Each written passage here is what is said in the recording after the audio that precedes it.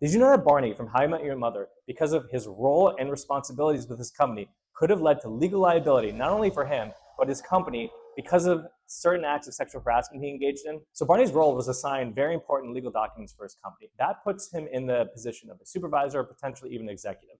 Supervisors and executives are considered employers under the New York State and New York City human rights law, meaning that if they engage in illegal or discriminatory actions towards employees or potentially even customers, that could lead to exposure and liability for the company itself.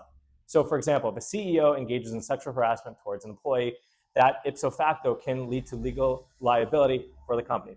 Now, Barney would go to corporate events and often use those events as a pretext to hit on women, to flirt with women, and to engage in very inappropriate and frankly lewd and salacious sexual behavior towards women. And sometimes these women would be employees, sometimes they would be customers or other people who are there for the corporate event. Barney's actions during these corporate events are considered acts of an employer because it's at a corporate event versus his actions in a bar.